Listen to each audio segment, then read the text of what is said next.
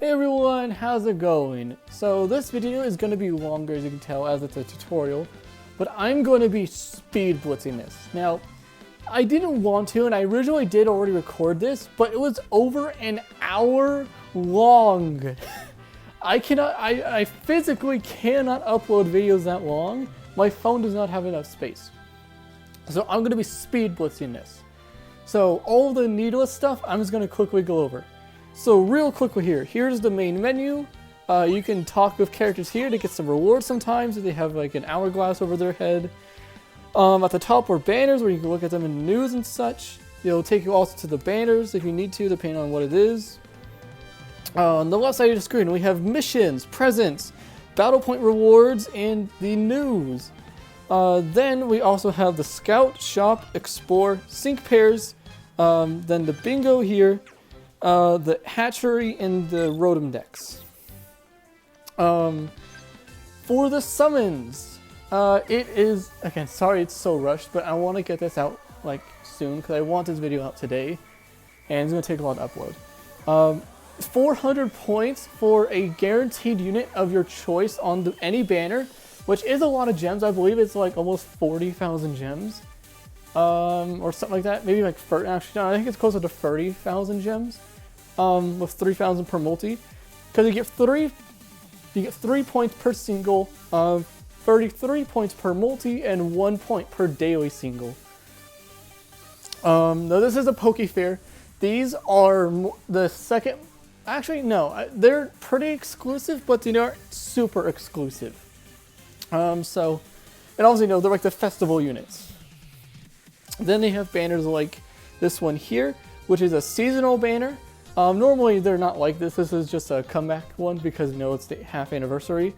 But this one will cost paid gems, but normally they don't, like the actual seasonal banners. But the seasonal units only come around like once or twice a year maybe. So they're pretty exclusive but very powerful. And then we have this banner here, which is a select Poke Fair. This is very rare and very good. As it lets you, when you do 3,000 paid gems, you get a full multi, and then you get to select whatever unit you want for free. So yeah.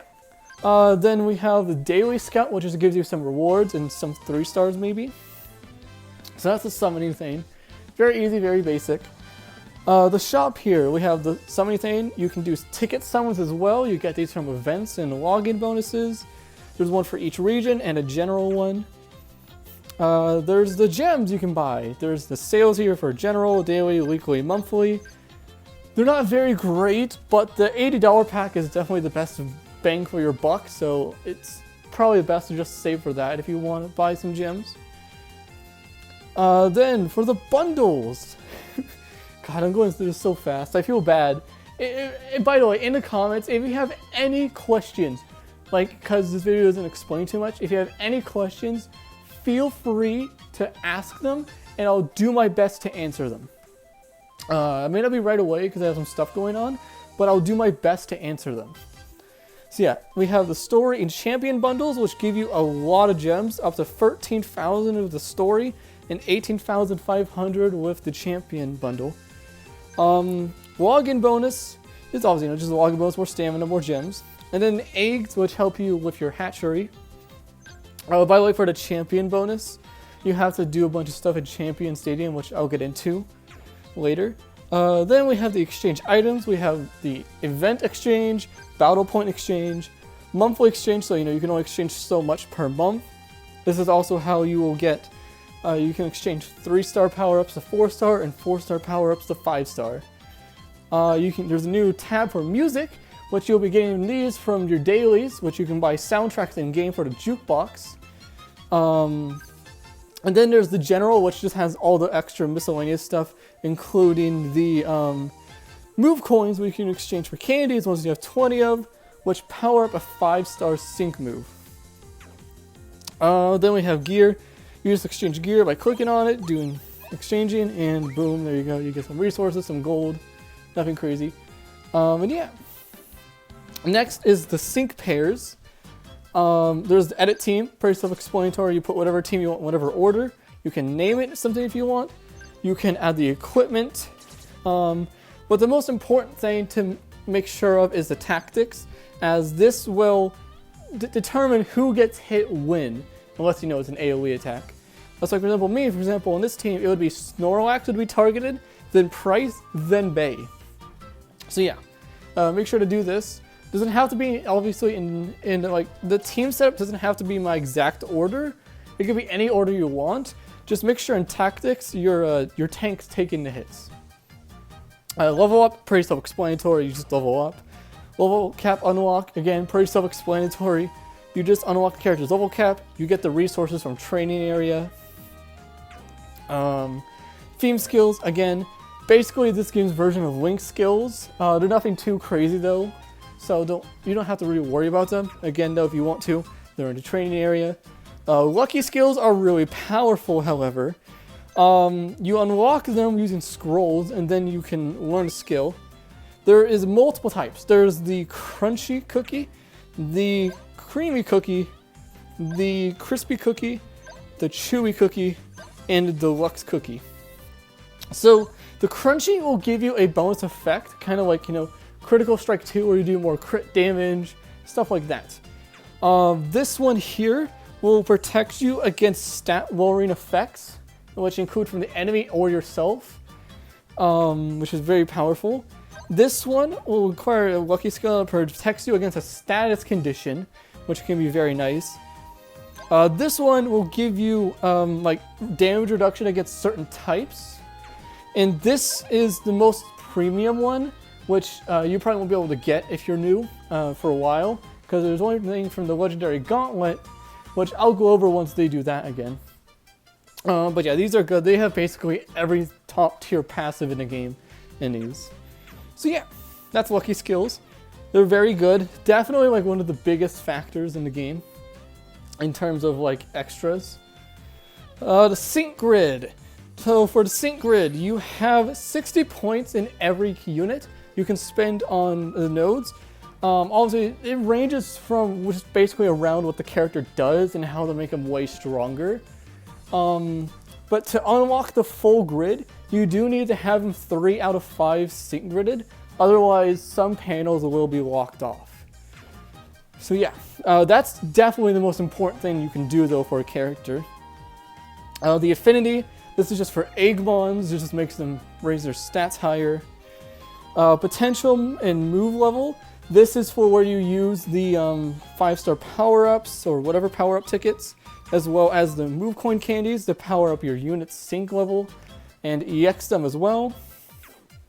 Then there's upgrade gear, which is, you know, you upgrade your gear and you can increase the level cap by getting duplicates of the gear. So yeah. Real quickly though, going over EX units, basically what it does is that it gives them extra stats obviously, but also a new costume, and it changes their sync move. So for strikers, they get AoE attack on their sync move. Tech units, they do extra damage on their sync move. And for supports, they give double support buff on their sync move.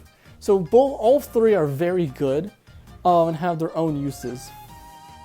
Now I'm going to go into some like character details about some things in the game.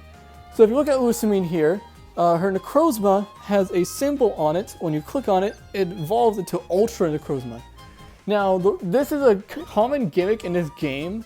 A lot of characters have transformations or evolutions, and the way you activate them is by just doing your sync move. So that's why, like, rushing your sync attack can be really useful for some units. And she is a Master Fair, which is the rarest unit in the game. The reason being, they have this unique passive, as well as, you know, just incredible stats and passives and all that stuff, which gives them their whole team damage reduction and increased damage. For her, she does increase special damage for the team and special damage reduction, up to a maximum of 50% more damage and 31% damage reduction. But obviously, to power it up, you need a full team of Alolan units. But you don't need to be on the Alolan tag to get the buff. So yeah, another thing is every unit has only one weakness. They don't have multiple type weaknesses. So for example, Necrozma here is only weak to Ghost. That's it. So yeah. Anyways, moving on. We have the Rotom decks. So here you can click the plus and you will be able to change your avatar's looks, see your resources. You can set who your favorite sync pair is, so when people friend you, they can see that. Your medals, and then just your overall stats as well as your ID. There's also an emissions tab here if you want to. There's also medals, which are purely cosmetic, to show off to your friends. Bag here to see what kind of items you have. And then invitations, or for when your friend and you are doing co-op and they invite you to a run. So yeah, there's that. We then have the hatchery, which is just you put the egg in the hatchery, let it wait for a while, and then after doing 3 stages, it'll hatch. It can be a shiny, and those are the best versions of Eggmons. Otherwise, they're only okay usually. Next up is the Explorer. There's main story, stadium, events, villa, legendary arena, training, and sync pair stories.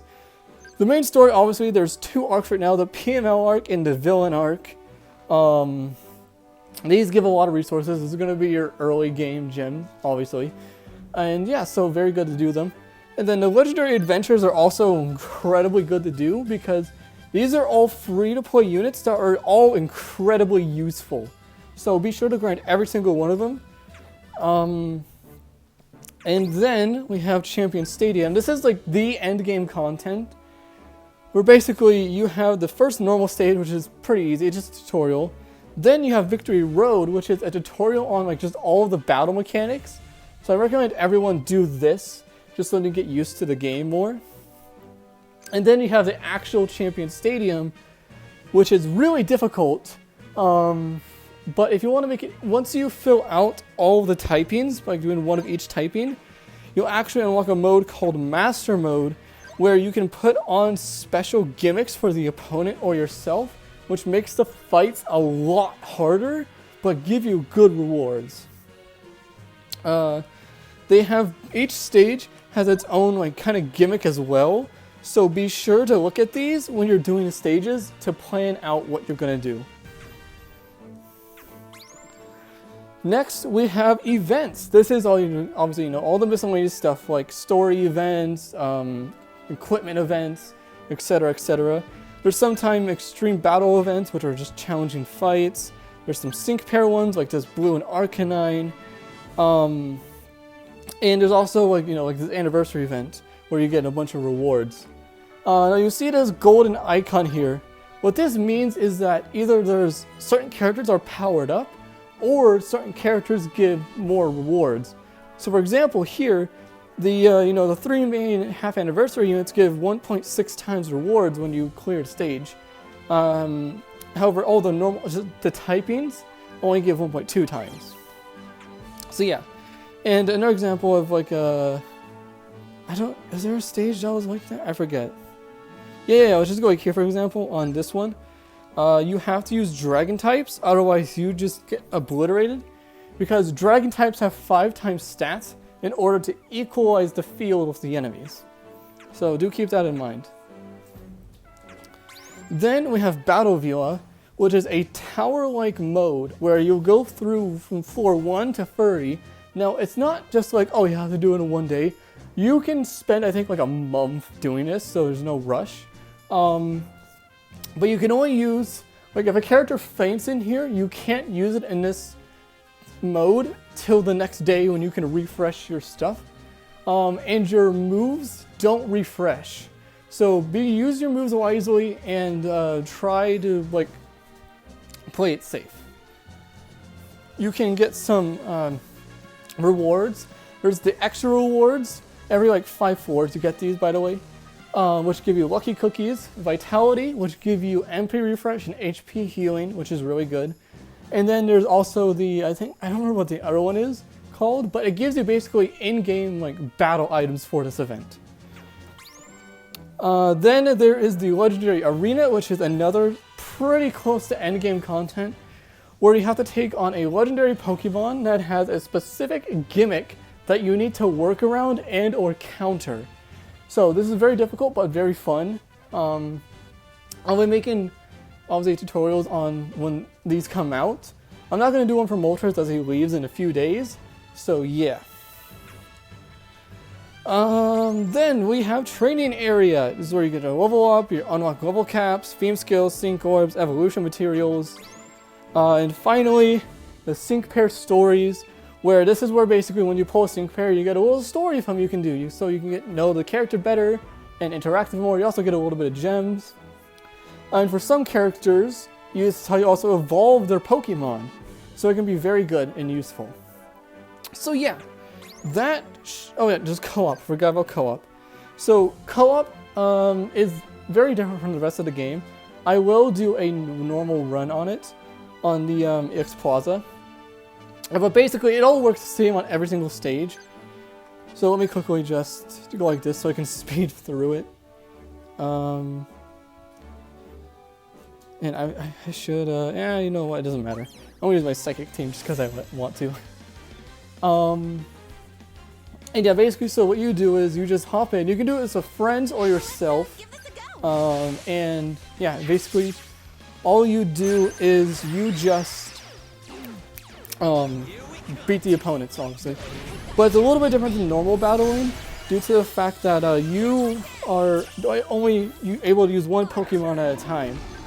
And your teammates are only able to use one Pokemon at a time. I'm gonna go like this.